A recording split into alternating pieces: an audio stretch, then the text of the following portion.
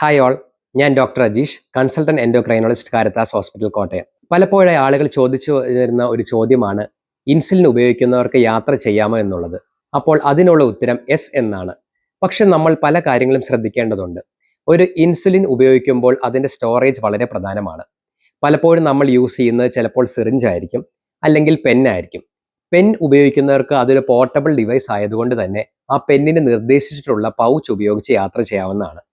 അതേസമയം നമ്മളൊരു insulin വയലാണ് use ചെയ്യുന്നതെങ്കിൽ നമ്മൾ ഇൻസുലിൻ സ്റ്റോർ ചെയ്യുന്നതിലും വളരെ കാര്യങ്ങൾ ശ്രദ്ധിക്കേണ്ടതുണ്ട്. ആദ്യമായി നമ്മൾ അത് കൂൾ ചെയ്യാൻ വേണ്ടി നമുക്കൊരു ട്രാവൽ ബാഗ് അല്ലെങ്കിൽ ഒരു പൗച്ചിൻ്റെ കൂടെ ഒരു ഐസ് ബാഗ് ഉപയോഗിച്ച് നമുക്ക് അത് കൊണ്ടുപോകാൻ സാധിക്കുന്നതാണ്. പിന്നെ നമ്മൾ എപ്പോഴും ശ്രദ്ധിക്കേണ്ട, ഇപ്പോൾ ഒരു പ്ലെയിനിൽ യാത്ര ചെയ്യുന്ന ഒരാളാണെങ്കിൽ ഇൻസുലിൻ്റെ പൗച്ച് നമ്മുടെ ഹാൻഡ് ബാഗിൽ തന്നെ വെക്കാൻ ശ്രദ്ധിക്കുക.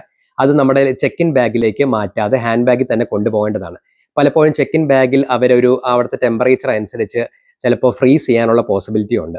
അതുകൊണ്ട് നമ്മുടെ ഹാൻഡ് ബാഗിൽ തന്നെ വെക്കുക.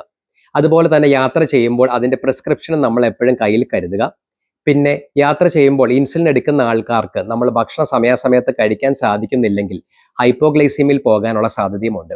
അതുകൊണ്ട് ഗ്ലൂക്കോമീറ്ററും, ഹൈപ്പോഗ്ലൈസീമിയ കൺഫേം ചെയ്യുന്നതിന് ഒരു ഗ്ലൂക്കോമീറ്ററും, ഹൈപ്പോഗ്ലൈസീമിയ വന്നാൽ അതിനെ ട്രീറ്റ് ചെയ്യുന്നതിന് ഗ്ലൂക്കോസ് പൗഡറും കയ്യിൽ വെക്കേണ്ടതാണ്.